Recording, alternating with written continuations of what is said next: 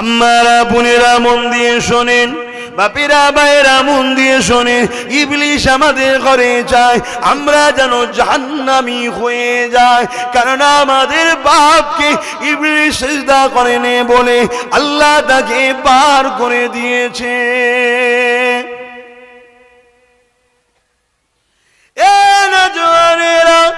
আমার আম্মা বোনেরা, আমাদের ঘরে তো দুনিয়ায় ইবলিশের চালাগুলো বরবাদ করে ফেললো। আমাদের ঘরে তো 90% পুরুষকে খারাপ দিকে টেনে নিয়ে চলে গেছে। আমার মা বোনগুলো তোমাদের ঘরে এবারে টার্গেট করেছে। দুনিয়ার দিকে তাকিয়ে দেখো, 100-র মধ্যে 90টা পুরুষ ছেলে মেয়ে। পুরুষ ছেলেরা দেখো তারা গানের মধ্যে ঢুকে গেছে, ইবলিশ বড় সাকসেসফুল হয়েছে। তারা জুয়ার মধ্যে ঢুকে গেছে, ইবলিশ এই জায়গায় সাকসেসফুল হয়েছে। তারা বাজারে বাজারে আড্ডা দিয়ে বেড়ায়, এদিকে মসজিদে মুয়াজ্জিন ডাকে, ইমামরা পূজায় কচুপোড়া কিছু ইশারা দেয়নি। এই জায়গায় ইবলিশ বড় সাকসেসফুল হয়েছে।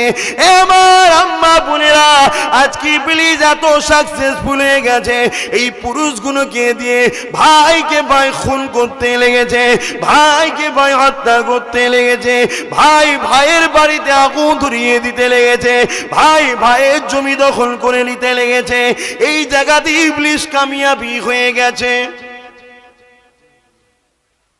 আজ বুঝছেন তো বাপেরা, নজওয়ানেরা, কিয়ামতটা বড় কঠিন দিন হবে।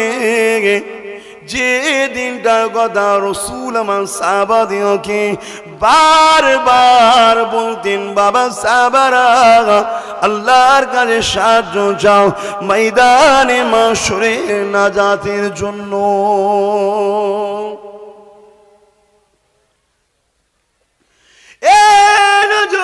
তরুণেরা, আল্লাহ নবী সাহাবাদেরকে বারবার শিখান। সাহাবা হুজুর একদিন নবী পাককে বললেন, ইয়া রাসূলুল্লাহ, হাবিবাল্লাহ, কেমন কঠিন দিন হবে ময়দানে মাশরটা একটু বলুন। আল্লাহ নবী বলেছিলেন যে কথা আজ আমি তোমাদেরকে শোনাই, শোনো। আল্লাহ নবী সাহাবাদেরকে বলেছিলেন, এ বাবা সাহাবারা, আমার আল্লাহ তারা যাবে জাহান্নামকে ফেরেশতাদেরকে বলবে, যাও নিয়ে এসে আমার আরশের পাশে বেঁধে রাখো। 70,000 জিনজিল দিয়ে জাহান্নামকে বাঁধা হবে। এক একটা জিনজিলে 70,000 করে ফেরেশতা ধরে রাখবে। যুবকেরা মন দিয়ে শোনো, সেই জাহান্নামকে ধরে রাখতে পারবে না কেউ, তোমার পাশে সেদিন থাকবে না গো। ওই সময় জাহান্নাম লম্বা লম্বা গুণের যে শিখা বেরোয়, ওই শিখা বেরিয়ে গুনাহগার দিকে ধরতে লাগবে। ওই দিনে তোমার আমার কি হবে উপায়? এই দিন দাঁড়াবে না, দাঁড়াবে না। বান্দা, আমি জবানে কথা দিয়েছি, এর বিনিময়ে তোর কাছে কিছুই নি না। বান্দারি জবানে তুই কোরআন শরীফ পড়বি, এই জবানে তুই মা বাপকে ডাকবি, এই জবানে আমি আল্লাহ মারে সে মামান নাম আল্লাহ বলে ডাকবি। এ বান্দা, এই জবানে মানুষকে ভালো কথা শিক্ষা দিবি, কারণ আমি আল্লাহ তোদেরকে শ্রেষ্ঠ মখলুক বানিয়েছে। তোরা শ্রেষ্ঠ উম্মাত, কুনতুম খায়রা উম্মাতিন উখরিজাত লিন-নাসি তা'মুরুনা বিল মারুফ ওয়া তানহাউনা আনিল মুনকার। তোরা মানুষকে ভালো কাজের আদেশ দিবি, খারাপ কাজ থেকে তোরা মানুষকে দূরে রাখবি। এ নওজোয়ান তরুণেরা, আমার আম্মা জানেরা, আমার আব্বা জানেরা, নিঃশ্বাসে কোনো বিশ্বাস নেই, আল্লাহ পাক ডেকে নিলে চলে যেতে হবে।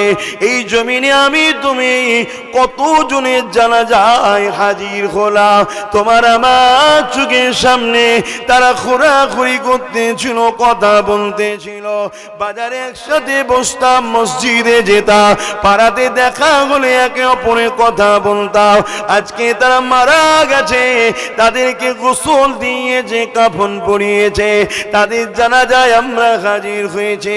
আমার অনেক আম্মা বোনেরা আত্মীয়র মধ্যে কেউ মারা গেলে তাদেরকে দেখতে গেছে। এই জমিনে কেউ চিরস্থায়ী থাকবে না, সবাই একদিন একদিন চলে যাবে। এ আমার নজওয়ান তরুণীরা বোনেরা, বয়সের কোনো ডেট এক্সপায়ার নেই। কখন আপনার মালিক ডাক দেবে, কখন আপনাকে চলে যেতে হবে কোনো গ্যারান্টি নাই।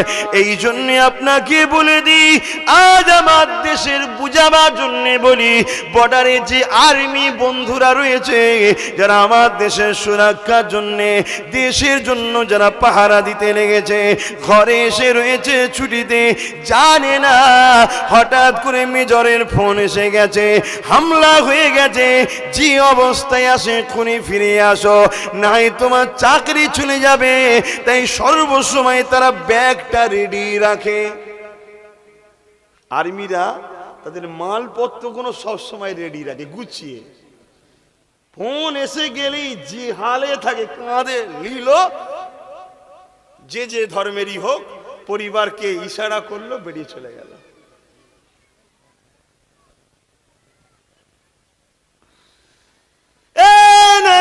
তরুণেরা, দুনিয়ার সাথে দুনিয়ার চাকরির জন্য যদি ডাকলে চলে যেতে হয়, যিনি আমাদেরকে বানিয়েছেন, যিনি আমাদেরকে সুন্দর করে সৃষ্টি করেছে, তিনি আমাদেরকে কখন ডাকবেন আমরা জানি না। অনেকে মনে করে বয়স শুনে যাব না। আমার যুবকেরা বোনেরা, এই দুনিয়ার জমিনে হাজারো যুবক মারা যায়, এই দুনিয়ার জমিনে হাজারো বোন চলে যায়। তাই বলে দিয়ে যায়, তৈরি হয়ে যাও, দেরি করো না।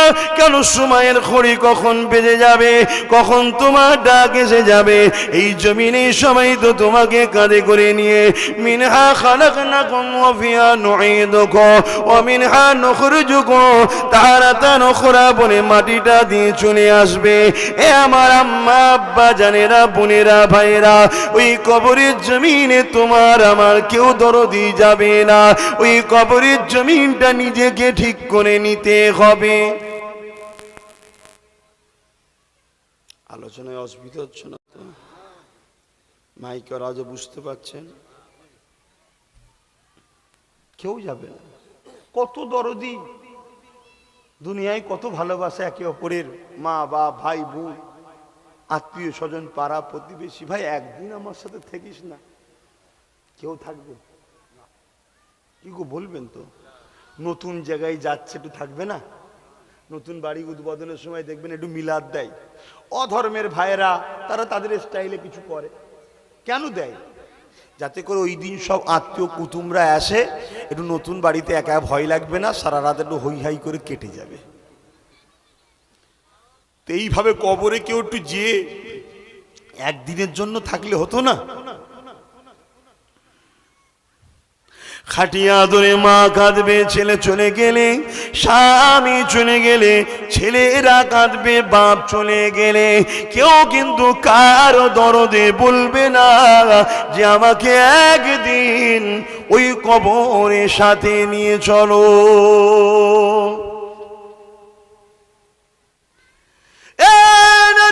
তরুণেরা, আম্মারা, বোনেরা, দুনিয়ার সাথে ব্যবসা বাণিজ্য কারবার সংসার ছেলে পুলে গুলো দেখতে হবে। এরই মধ্যে দিয়ে আল্লাহ পাওয়া যাবে, এরই মধ্যে দিয়ে আখিরাতে কামিয়াবি হওয়া যাবে। কেননা দুনিয়ার জমিনে আল্লাহ আপনাকে সন্তান দিয়েছে, ওই সন্তানটাকে লালন পালন করা, ওকে বড় করে তোলা, এটা আল্লাহ পাকের দায়িত্ব আপনার উপরে। তবে আপনাকে যে সন্তানটা দিয়েছে, আপনি মা আপনার বাচ্চার উপরে জানা দয়াময়া, তার থেকে অনেক দয়াময়া আমার আল্লাহ পাক তিনার। কারণ ওই সন্তানটার আপনি মা হয়েছেন ঠিকই কথা, কিন্তু এই সন্তানটাকে সৃষ্টি আপনি করেননি, ওই সন্তানটাকে সৃষ্টি করেছেন আল্লাহ। তাই তিনি তিনার সৃষ্টির উপরে বড় দয়াময়া আপনাকে দিয়েছে, কিন্তু আপনাকে ডিউটিও দিয়েছে, এ আমার বান্দিরে, আমি আমার সৃষ্টিকে তোর বাড়িতে পাঠালাম, তুই ওকে লালন পালন করবি, আমি তোর রব আমাকে চিনাবি, তোর বাচ্চাকে আমার দোস্ত মুহাম্মদ রাসূলকে চিনাবি, তোর বাচ্চাকে তৈরি করবি এমন ভাবে দিনের জন্য এখন তোর বাচ্চার জান লাগবে যেন পিছিয়ে না যায়, দিনের জন্য তোর বাচ্চা যখন মাল লাগবে খরচ করতে না পিছিয়ে যায়, কারণ আমি আল্লাহ বিভিন্ন দিক দিয়ে পরীক্ষা করে নেব। আমার দুনিয়ার মায়েরা আল্লাহ পাক তার প্রমাণ দুনিয়ার জমিনে দেখিয়ে দিয়েছে। ফিরাউনের জামানাতে একটা মহিলা ছিল যার নাম হলো হযরতে মাসাত্তা। ওই মাসাত্তাকে আল্লাহ তিনটে সন্তান দিয়েছিল, তিনটে পুত্র সন্তান ছিল, কিন্তু মাসাত্তা ফিরাউনকে খোদা বলে না মেনে সেই আল্লাহকে আল্লাহ বলে মানে, যিনাকে তুমি আমি আল্লাহ বলে মানি।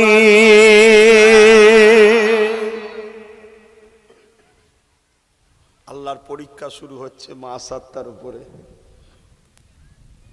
90 বছর বয়সে ইব্রাহিম সাল্লামের ছেলে হয়নি, আল্লাহ দিয়েছিল, ঠিক না বেঠিক গো? ইব্রাহিম সাল্লামকে আল্লাহ পরীক্ষা নিয়েছিল, নিয়েছেন না লাইনে?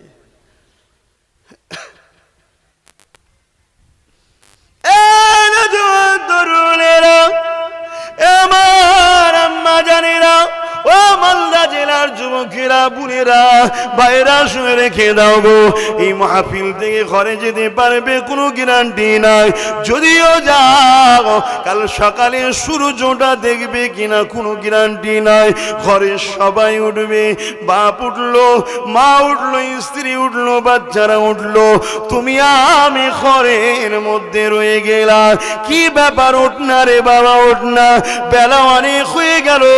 সবাই মিলে ডাকবে কিন্তু উঠতে আর পারবে না। যদি আমার আল্লাহ তোমাকে ডেকে নাই, তোলার ক্ষমতারও থাকবে না। এই জমিনের উপরে কত রাজা এসেছে, কত মহারাজা এসেছে, তাদেরও সন্তানেরা সোনার খাটিয়াতে শুয়েছে, সোনার সিংহাসনে বসেছে, খাটে শুয়েছে, সোনার প্লেটে খেয়েছে, সোনার চামচে খেয়েছে। এ যুবকেরা শুনে রেখে দাও, তাদের আল্লাহ একদিন ডেকে নিয়েছে, কত সেনা দিয়ে পাহারা দিয়েছে, কত প্রশাসন দিয়ে পাহারা দিয়েছে, কত বডিগার্ড তারা রেখে দিয়েছে, কিন্তু মৃত্যু থেকে কাউকে কেউ বাঁচাতে পারে না। তাই বলে দিয়ে যায়, যাবার আগে তুমি তৈরি হয়ে যাও, কারণ ময়দানে মাশরিতে তোমার মা তোমাকে দেখার পরে মুখ ঘুরিয়ে নিয়ে পালিয়ে যাবে, তোমার বাপ তোমাকে দেখার পরে মুখ ঘুরিয়ে নিয়ে পালিয়ে যাবে, তোমার স্বামী তোমাকে দেখার পরে মুখ ঘুরিয়ে নিয়ে পালিয়ে যাবে, তোমার স্ত্রী তোমাকে দেখার পরে মুখ ঘুরিয়ে নিয়ে পালিয়ে যাবে। এই দুনিয়ায় যাদেরকে কত দরদ দিয়ে ভালোবেসে বড় করছো, এই সন্তানেরাও তোমাদেরকে দেখে মুখ ঘুরিয়ে পালিয়ে যাবে। কেন পালিয়ে যাবে? যদি তুমি একটা নেকি চেয়ে বসে থাকো, ওই দিনটা এত কঠিন দিন হবে, সবার মুখে একটাই কথা থাকবে, নফসি নফসি নফসি নফসি, আমার কি হবে?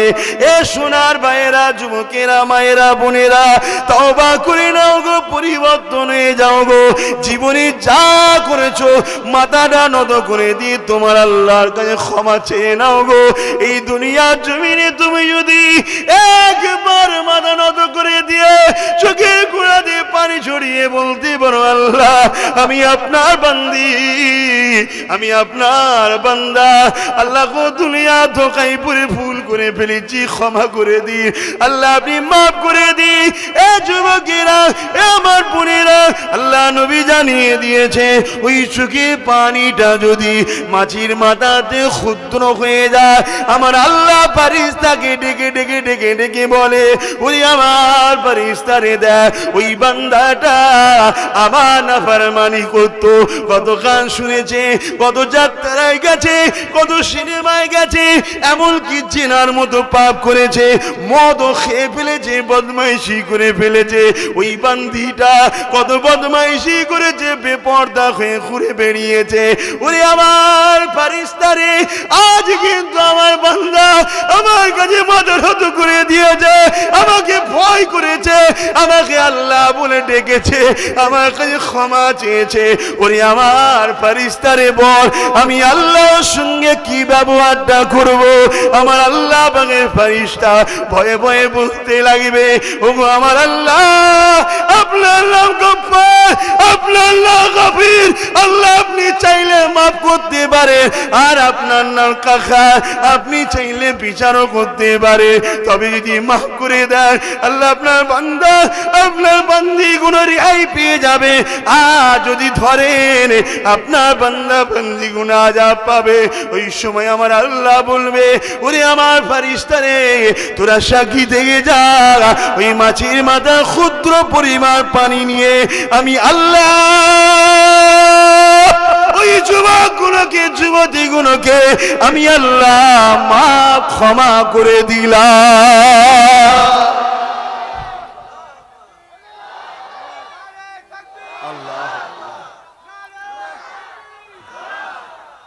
ফিরে আসো আমার ভাইরা, এখনো সময় আছে। আমার বোনেরা, ফিরে আসো। তোমার আল্লাহর দুশ্মন হলো ইবলিস। তোমার আব্বা, আমার আব্বা, মা হাওয়া আর মা বাপ আদম, তাদের দুশ্মন হলো ইবলিস। ইবলিস আমাদের ঘরে গানে লি যায়, ইবলিস আমাদের যাত্রায় লি যায়, ইবলিস আমাদেরকে ধোকা দিয়ে ফাংশনে লি যায়, ইবলিস আমাদেরকে ধোকা দিয়ে স্ত্রী ছেড়ে পর নারীর দিকে আকর্ষণ করায়, ইবলিস আমাদেরকে ভুল রাস্তায় নিয়ে যায়, ইবলিস আমাদেরকে গরিবের মালকে নিজের মাল মনে করে লুটায়, ইবলিস আমাদের ঘরে জাহান্নামে লি যায়। এই সমাজে ইবলিসও চালা ছেড়ে রেখেছে। তাই আমার ভাইদেরকে বলি, আমার বোনেদেরকে বলি, ইবলিস চায় নারীরা বেপর্দা হয়ে রূপ যৌবন খুলে বার করুক, প্রকাশ করুক, চেহারা দেখাক, তার সৌন্দর্য আল্লাহ যে দিয়েছে নিয়ামত দেখাক, তাতে কিছু সমাজের ছেলে খারাপ হয়ে যাক, পাপ হয়ে যাক, ইবলিস চায়। কিন্তু আমার বোনটাকে বলবো, আমার আল্লাহ চাইলে তোমাকে ছোট্ট একটা রোগ দেবে, ওই রোগে তুমি শুকিয়ে কাটি হয়ে বিছানায় পড়ে থাকতে পারো না, পারো না। ভয় করো আমার সোনার বোনেরা, তোমাদের ভাই বলছি আমি, পর নয় তোমাদের, আমি তোমাদের নবীর বংশের ছেলে, আমি রক্তে সিদ্দিক আকবরের খুন, বংশে নবীর। তোমাদেরকে বাঁচাবার স্বার্থে বলছি আমার সোনার ভাইয়েরা, আমার বোনেরা। আমি আব্বাস সিদ্দিকী চেষ্টা করছি, কিন্তু আপনাদের একটা মনের মধ্যে চিন্তা থাকা, চেষ্টা থাকা দরকার। তবে দেখবেন আল্লাহ ঠিক আপনাকে হেদায়েতের রাস্তা দেখিয়ে দেবে। আল্লাহ আমাদেরকে বুঝার তৌফিক দিক।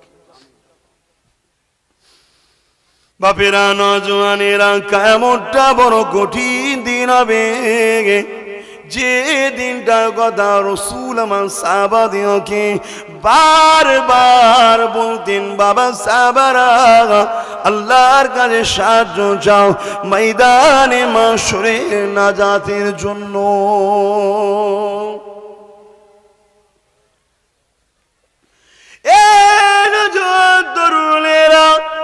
আল্লাহ নবী সাহাবাদেরকে বারবার শিখান।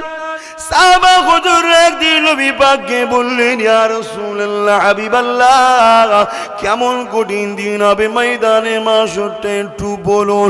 আল্লাহ নবী বলেছিলেন যে কথা আজ আমি তোমাদেরকে শোনাই, শোনো।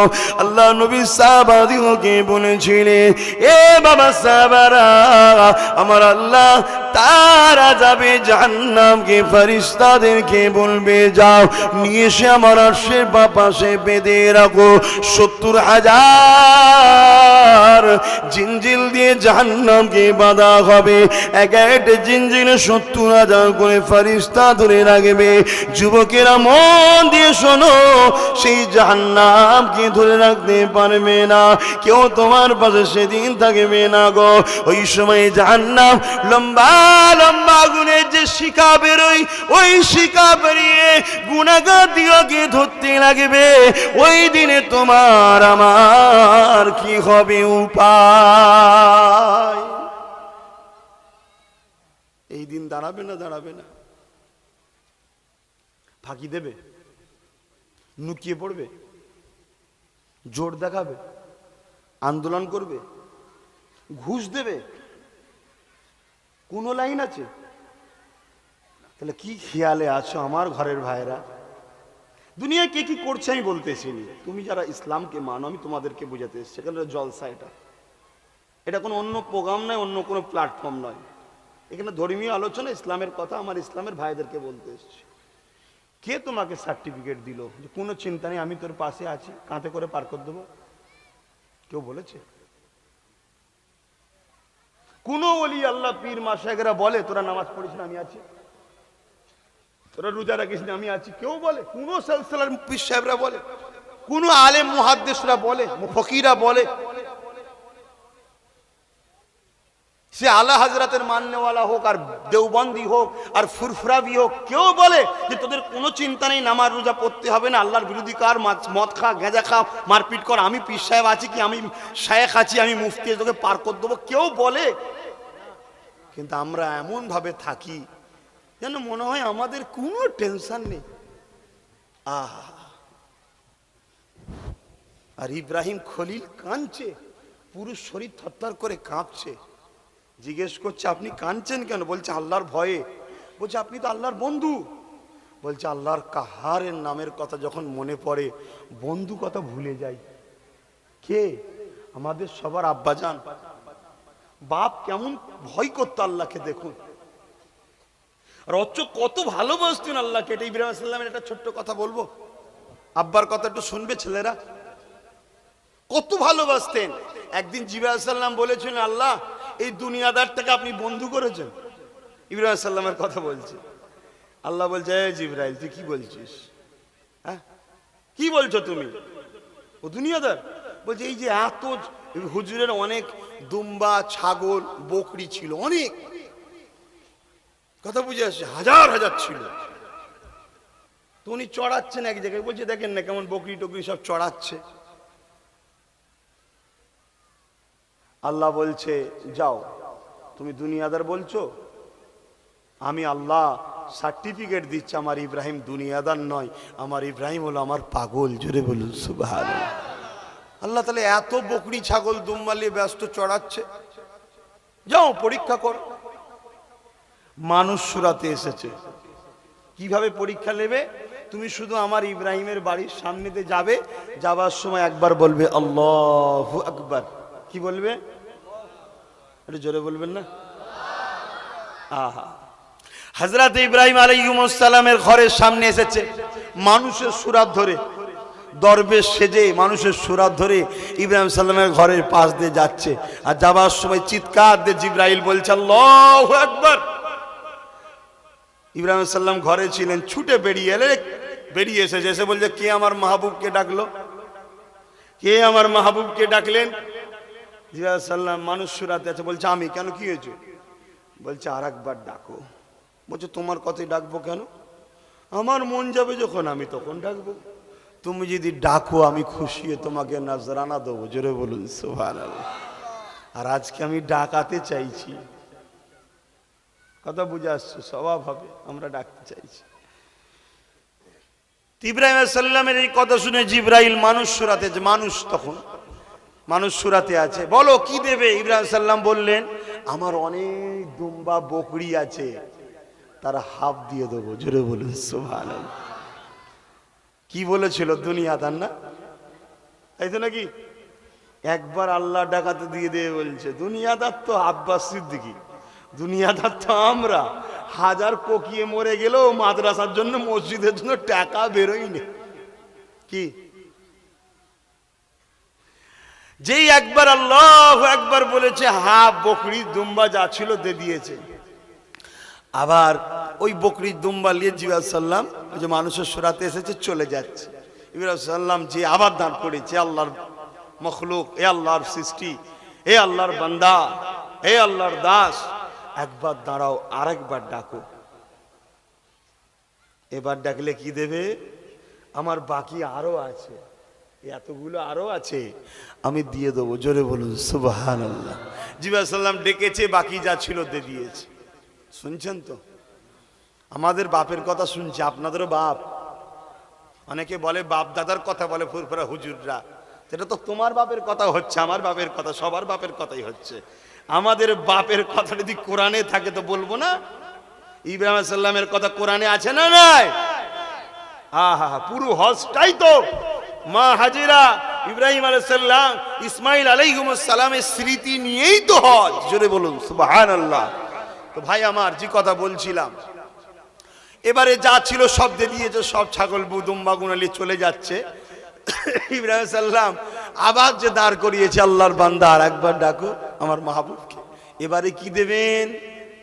বলছে আমি নিজেকে দিয়ে দেবো, তোমার বাড়িতে যাব, তোমার কাছে থাকবো, আর এই যে ছাগল বকরিগুলো আছে চড়াতে একটা লোক লাগবে, তো আমি তোমার বাড়িতে যে কাজ করব। জোরে বলুন সুবহান। একটা জলিলুল কদর নবীর মুখের কথা শুনছেন, আল্লাহর প্রেমে। কার জন্যে? আল্লাহর প্রেমে। অর্থাৎ আল্লাহর জন্য তারা নিজেকে বিলিয়ে দিয়েছে। নিজেদের কোনো অস্তিত্বের কথা তারা ভাবে না যে আমি নবী রাসূল। আর আমরা সামান্য একটু পীর সাহেব, পীর দাদা, মলি সাহেব, একটু লিডার নেতা কেতা হয়ে গেলি, বাপ রে বাপ, নিজেকে কি এমন মনে করতে লেগেছি। আল্লাহর কাছে তওবা আমিও করি, আমরাই করি। বলুন আল্লাহ কবুল করেন, বলুন আমিন। কিয়ামত খুব কঠিন হবে। তাহলে জাহান্নামকে ৭০,০০০ জিনদিল দিয়ে আল্লাহর আরশের বাঁ পাশে বাঁধবে। আম্মারা বোনেরা মন দিয়ে শোনেন, বাপেরা ভাইয়েরা মন দিয়ে শোনেন, ইবলিশ আমাদের ঘরে চায় আমরা যেন জাহান্নামী হয়ে যায়। কারণ আমাদের বাপকে ইবলিশ সিজদা করেনি বলে আল্লাহ তাকে বার করে দিয়েছে।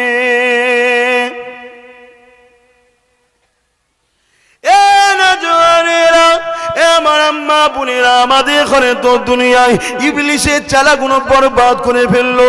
আমাদের ঘরে তো 90% পুরুষকে খারাপ দিকে টেনে নিয়ে চলে গেছে। আমার মা বোনগুলো তোমাদের ঘরে এবারে টার্গেট করেছে। দুনিয়ার দিকে তাকিয়ে দেখো, 100-র মধ্যে 90টা পুরুষ ছেলে মেয়ে। পুরুষ ছেলেরা দেখো তারা গানের মধ্যে ঢুকে গেছে, ইবলিশ বড় সাকসেসফুল হয়েছে। তারা জুয়ার মধ্যে ঢুকে গেছে, ইবলিশ যে জায়গায় সাকসেসফুল হয়েছে। তারা বাজারে বাজারে আড্ডা দিয়ে বেড়ায়, এদিকে মসজিদে মুয়াজ্জিন ডাকে, ইমামরা পূজায় কচু পোড়া কিছুই সারা দেয়নি। এই জায়গায় ইবলিশ বড় সাকসেসফুল হয়েছে। আমার আম্মা বোনেরা, আজকে ইবলিশ এত সাকসেসফুল হয়ে গেছে, এই পুরুষগুলোকে দিয়ে ভাইকে ভাই খুন করতে লেগেছে, ভাইকে ভাই হত্যা করতে লেগেছে, ভাই ভাইয়ের বাড়িতে আগুন ধরিয়ে দিতে লেগেছে, ভাই ভাইয়ের জমি দখল করে নিতে লেগেছে। এই জায়গাতে ইবলিশ কামিয়াবি হয়ে গেছে। ওয়াজ বুঝছেন তো? আমরা সব ইবলিশের হাতে পুতুল হয়ে গেছি, বুঝাবার জন্য বলছি। ইবলিশ কামিয়াব, তার টার্গেট এসে কামিয়াব, বগল বাজাচ্ছে যে জাহান্নামের খদ্দের অনেক বেরিয়ে দিয়েছি। যুবকেরা, এখনো যদি সময় আছে, যদি মনে করো পরিবর্তন হবার দরকার, তাহলে ফিরে আসো, মসজিদ গুলো আবাদ করো, আল্লাহকে রুকু দাও, সিজদা দাও, তাসবিহ পড়তে লাগো, চোখের পানি ফেলে দিয়ে সুবহান রাব্বিল আলা, সুবহান রাব্বিল আলা, সুবহান রাব্বিল আলা বলে সিজদা দাও। এ আমার যুবকেরা, ইবলিশের মেহনতটা বেকার হয়ে যাবে। যখন ইবলিশ বলবে মেলায় চল, ওই তো একটা উলঙ্গ নারী নাচছে, তখন তুমি তওবা পড়ো বেশি বেশি, ইবলিশের মাথায় বাজ পড়ে যাবে। যখনই বলবে তোর ভাইয়ের মাথায় বাজ মার, অমনি তুমি মনে করে নিও না আমার নবী তোকে ভালোবাসে, আমার আল্লাহ সৃষ্টি, ওকে আমি মারবো না, থাকো দুটো বেশি পেয়েছে আরামে সুখে দা, আল্লাহ আমাকে যে আলে রেখেছে শুকরিয়া। ইবলিশের মাথায় বাজ পড়ে যাবে, ইবলিশ বেজার হয়ে যাবে, আমার আল্লাহ খুশি হয়ে যাবে। এখন আমি যে কথা বলি, আমার আম্মা বোনেরা, ইবলিশ কিন্তু পুরুষগুলোকে টার্গেট করে তাদেরকে খারাপ এনে বিয়ে দিয়েছে 90%। এবারে নতুন করে নারীগুলোকে টার্গেট করেছে, নারীগুলোকে জোর করে বেপর্দা করছে, নারীগুলোকে লোভ দিয়ে লোভ দিয়ে বেপর্দা করছে, বিভিন্ন লোভ নিয়ে লালসা দিয়ে তাদেরকে ঘরের বাইরে বার করছে, তাদেরকে বিভিন্ন লাইন দাঁড় করাচ্ছে, তাদেরকে পরপুরুষের সামনে দাঁড় করাচ্ছে, কই মুখটা তোলো ফটোর সঙ্গে মিলায়, নানা রকম চক্রান্ত করে ইবলিশ তার চালাতে করে দিয়ে আমার আল্লাহ সৃষ্টি নারী জাতগুলো ধ্বংস করে দিচ্ছে, কিন্তু আমি নারীদের উদ্দেশ্য করে প্রথমে একটা ওয়াজ শুরু করেছিলাম হযরত মাসাত্তার কথা। ফেরাউন জালিম নিজেকে খোদা দাবি করেছিল, এই মাসাত্তা কিন্তু ফেরাউনকে খোদা বলে মানে না।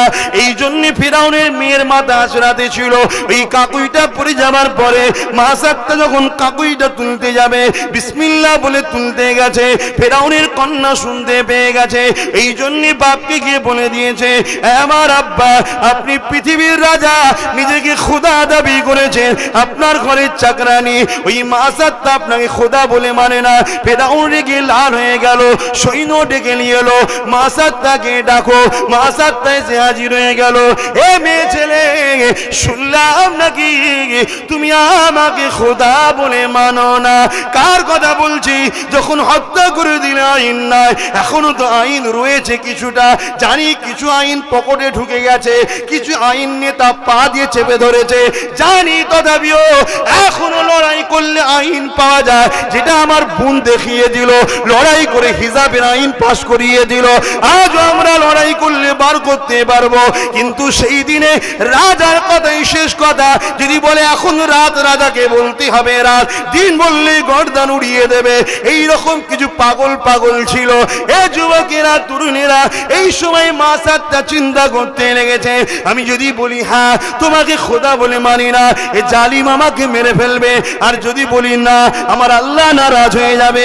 মাসাত্তা চিন্তা করতে লেগেছে, আমি তো আমার নয়, আমাকে তো আল্লাহ বানিয়েছে, আমি আমার উপরে যতটা না দয়া করি তার থেকে বেশি আমার খালিক আমার উপরে দয়া করে, এগুলো তার সৃষ্টি। চলো যান, চলে যাই, চলে যাক, আল্লাহকে আমি নারাজ করব না। কেন মিথ্যা বললেও মৃত্যু হবে, সত্য বললেও মৃত্যু হবে, দুদিন আগে বা পরে তাও নয়, যেদিন আমার আল্লাহ চাইবে। এ যুবকেরা, এই মাসাত্তা দাঁড়িয়ে গিয়ে বলেছিল, ফেরাউনে যা শুনেছো সত্য শুনেছো, আমি সেই আল্লাহকে মেনে নিয়েছি, মুসা যে আল্লাহর বাণী দিয়েছে।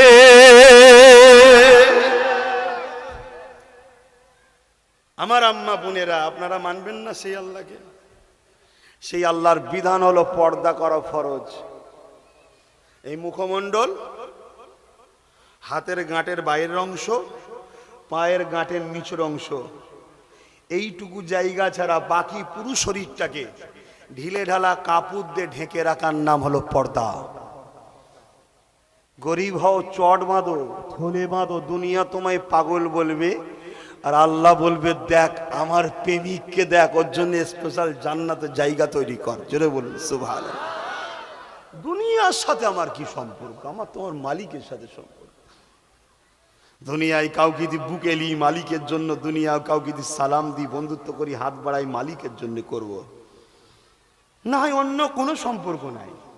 আমার বাপ ভাইরা, সময়ের দিকে খেয়াল করে আর বলতে পারছি না, তবে খুব করুণ দৃশ্য আম্মা মাসাত্তার সাথে হয়েছিল।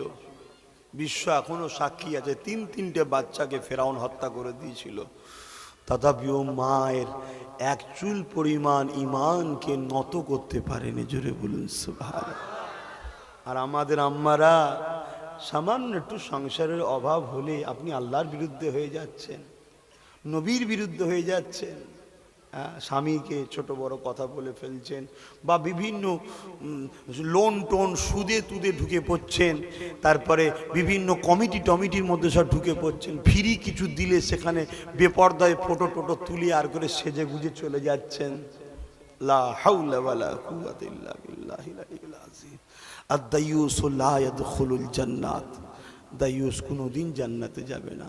মা, এখন হয়তো কোনো মা মনে করতে পারে না, এই আব্বাস আপনার তো আমি ছেলের মতো, তোমাকে জ্ঞান দিতে হবে না, আমার ব্যাপার। মা, আমি কে জ্ঞান দিবার? আমি কে? তোমাকে যিনি সৃষ্টি করছে তিনি বলেছেন যে কথা, আমি তোমায় শুধু জানিয়ে দিলাম। মা, রেহাই পাওয়া যাবে না। গরিবী সংসার, খাতুনে জান্নাতের থেকেও কঠিন অবস্থা। 3 দিন সেহরিতেও পানি, ইফতারিতেও পানি খেয়ে রোজা রেখেছে, তথাপিও কোনোদিন বলেনি আল্লাহ ফাতেমা বড় কষ্টে আছে, কোনোদিন বলেনি। একটাই কথা বলতো, আল্লাহ আমার থেকে বেশি আমার ওপরে দয়া তোমার। জোরে বলুন সুবহানাল্লাহ। তুমি তো আমায় বানিয়েছো।